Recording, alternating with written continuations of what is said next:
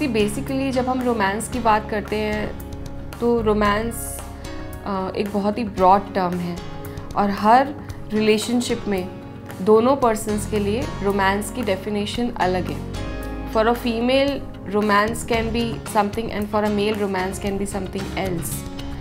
दोनों पार्टनर्स को सबसे पहले तो ये समझना है कि मेरे पार्टनर की ज़रूरत क्या है। मेल को ये समझना है कि फ़ीमेल को किस चीज़ की ज़रूरत है और फीमेल को ये समझना है कि मेल को किस चीज़ की ज़रूरत है। जब हम ये बात करते हैं कि हमें रोमांस को अलाइव रखना है तो ऑब्वियसली जब हम मैरिड कपल्स भी देखते हैं या हम जस्ट लोग इन रिलेशनशिप भी देखते हैं, सो ये देखते हैं कि 2 to 3 ईयर्स के बाद एक उनकी लाइफ में एक मोनोटोनस रूटीन आ जाता है एंड वो अपनी एक नॉर्मल लाइफ को नहीं जी पाते हैं। सो डेफिनेटली एक दूसरे के लिए समय निकालना, और समय निकालने का मतलब ये नहीं है कि आप साथ बैठ के टीवी देख रहे हैं।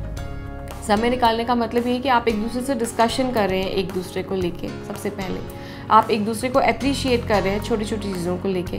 जैसे आप अपनी वाइफ की या अपनी गर्लफ्रेंड को अप्रिशिएट कर रहे हैं उनकी ड्रेस के लिए, उनके कुकिंग के तरीके के लिए, किस तरह से उन्होंने घर संभाल रखा है उस चीज़ के लिए।